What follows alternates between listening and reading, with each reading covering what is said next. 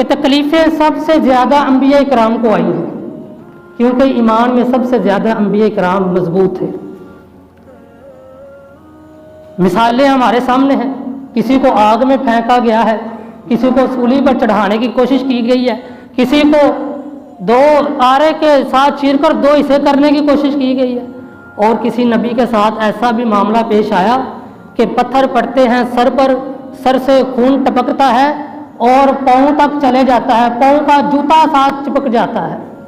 اس طرح کی مصیبتیں ہمارے وہم و گمان میں بھی نہیں۔ اس طرح کی مصیبتوں اور مصائب کے ساتھ انہوں نے مقابلہ کیا۔ یہ ہمارے سامنے مثال ہے علماء کرام کی۔ اور تیسری بات یہ ہے کہ تکلیف، مصیبت، مصائب جو ہماری زندگی میں آتے ہیں، ان کی دو وجوہات ہوتی ہیں۔ پہلی وجہ قرآن مجید فرماتا ہے، اللہ تعالیٰ فرماتے ہیں وَلَنَبْلُوَنَّكُمْ بِشَيْءٍ مِّنْ خَوْفِ وَالْجُوعِ وَنَقْصٍ، کہ اللہ تعالیٰ کہتے ہیں کہ میں آپ کو ضرور ضرور آزماؤں گا، خوف کے ساتھ، رزق کی فراوانی کے ساتھ، رزق کو چھین کر اولادوں کے ساتھ۔ وَبَشِّرِ الصَّابِرِينَ، اور آخر میں کہہ دیا کہ صبر کرنے والوں کے لیے خوشخبری ہے۔ دوسری وجہ یہ ہے،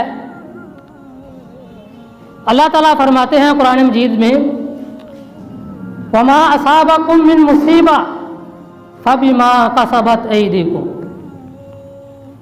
کہ یہ جو تمہارے اوپر مصیبتیں آتی ہیں نا، یہ تمہارے کیے ہوئے کی سزا ہے۔ دو وجوہات سے اللہ تعالیٰ کسی کو پریشانی کے اندر مبتلا کرتے ہیں۔ پہلی وجہ کہ اللہ تعالیٰ کی طرف سے آزمائش ہوتی ہے۔ دوسری وجہ کہ کسی نے کوئی غلط کام کیا ہوتا ہے، اللہ تعالیٰ اسی کے اوپر مصیبت لے آتے ہیں۔ اب ہمیں کیسے پتہ چلے گا کہ یہ جو مصیبت آئی ہے یہ اللہ تعالیٰ کی طرف سے آزمائش ہے یا ہمارے کیے ہوئے کی سزا ہمیں مل رہی ہے؟ مولانا مودودی رحمۃ اللہ علیہ تفسیر القرآن لکھتے ہیں، قرآن مجید کی تفسیر لکھتے ہیں، تفہیم القرآن۔ اس کے اندر مولا علی رضی اللہ تعالی عنہ کرم اللہ وجہہ کا قول ذکر کرتے ہیں۔ پوچھا گیا امیر المومنین یہ ہمیں کیسے علم ہوگا کہ ہمارے اوپر جو پریشانی آئی ہے، جو مصیبت آئی ہے، کہ یہ اللہ کی طرف سے آزمائش ہے یا ہمارے کسی کیے ہوئے کی سزا ہمیں مل رہی ہے؟ تو میں قربان جاؤں امیر المومنین حضرت علی المرتضیٰ رضی اللہ تعالیٰ عنہ سے ایک جملہ کہہ کر بات کو واضح کر دیا۔ کہا جو مصیبت، جو پریشانی اگر کسی پر آتی ہے اور پریشانی آنے کے بعد وہ اللہ تعالیٰ کا قرب حاصل کر لے، وہ آزمائش ہے اللہ تعالیٰ کی طرف سے۔ اور جس مصیبت اور پریشانی کی وجہ سے وہ اللہ کے قرب سے دور ہو جائے، وہ بندے کے خود کے کیے ہوئے کی سزا اس کو دنیا میں مل رہی ہے۔ چوتھی بات اور آخری کہ اگر مصیبت آ جائے تو ہمیں کیا کرنا چاہیے؟ قرآن سے پوچھتے ہیں۔ قرآن کہتا ہے یا ایھا الذین آمنوا استعینوا بالصبر والصلاۃ۔ دو مسئلے بیان کر دیے کہ اگر مصیبت آ گئی ہے، پریشانی آ گئی ہے، تو استعینوا بالصبر، صبر کے ساتھ اللہ تعالیٰ سے مدد حاصل کریں۔ صبر کس طرح کا؟ آپ نے بہت مرتبہ حدیث سنی ہوگی کہ ایک صحابیہ نبی علیہ الصلوۃ والسلام کے پاس آئی، عرض کیا اللہ کے نبی مجھے مرگی کا دورہ پڑتا ہے۔ تکلیف اس بات کی نہیں کہ مجھے مرگی کا دورہ پڑتا ہے، جب وہ دورہ پڑتا ہے تو میرا پردہ ختم ہو جاتا ہے۔ میں دعا کرتا ہوں اللہ ہمارے عزتوں کے، ہماری ماؤں کے، ہماری بہنوں کے، ہماری بیٹیوں کے پردوں کو محفوظ فرمائے۔ نبی علیہ الصلوۃ والسلام نے فرمایا صبر کرو گی بدلہ جنت ہے۔ فرمایا مجھے دورے کی تکلیف نہیں ہے، مرض کی تکلیف نہیں ہے، تکلیف اس بات کی ہے، میں قربان جاؤں صحابیہ کی سوچ پر کہ میرا پردہ ختم ہو جاتا ہے، آپ دعا کر دیں میرا پردہ سلامت رہے۔ نبی علیہ الصلوۃ والسلام اپنے ہاتھوں کو اٹھاتے ہیں، دعا کرتے ہیں، پردہ سلامت ہو جاتا ہے۔ صبر یہ ہے۔ ایک اور مثال صبر کی، نبی علیہ الصلوۃ والسلام طائف کی وادی میں جاتے ہیں اور وہاں پر ایک جملہ بولتے ہیں صبر کے ساتھ۔ جسم لہو لہان ہے، ایک جملہ کہتے ہیں اللہ اگر یہ نہیں تو ان کی آنے والی نسل ضرور اسلام قبول کرے گی۔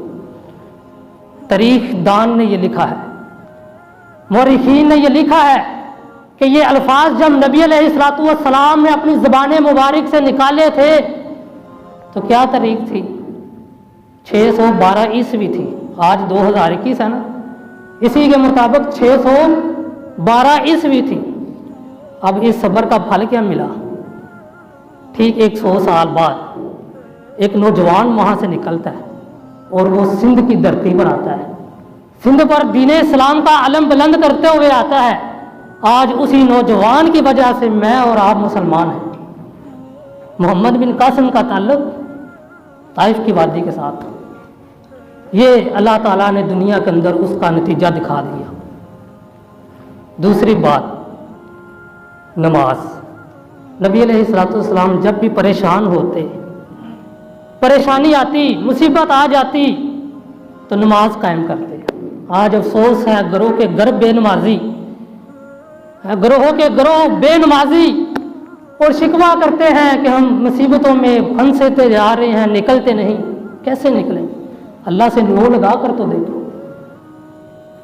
یہ دو باتیں ذہن میں رکھ لیں کہ مصیبت آ جائے پہلے نمبر پر تو صبر کرنا ہے، پھر دیکھیں کہ اس مصیبت کی وجہ سے اگر اللہ کا قرب حاصل ہو رہا ہے تو یہ اللہ تعالیٰ کی طرف سے آزمائش ہے، صبر کر لیں۔ اگر اللہ کا قرب حاصل نہیں ہو رہا تو خدا کی قسم یہ آپ کے کیے ہوئے گا، میرے کیے ہوئے گا نتیجہ ہمیں مل رہا ہے۔ تو میں آخر میں یہ دعا کرتا ہوں کہ اللہ، دنیا تو مصیبتوں کا گھر ہے، مصیبت آنی ہی آنی ہے، اللہ ہمیں اس کا مقابلہ کرنے کی توفیق عطا فرما، صبر کے ساتھ اور نماز کے ساتھ۔ اللہ تعالیٰ سے دعا ہے کہ اللہ تعالیٰ ہمیں سمجھ کر عمل کرنے کی توفیق عطا فرمائے۔ وآخر دعوانا ان الحمد للہ رب العالمین۔ السلام۔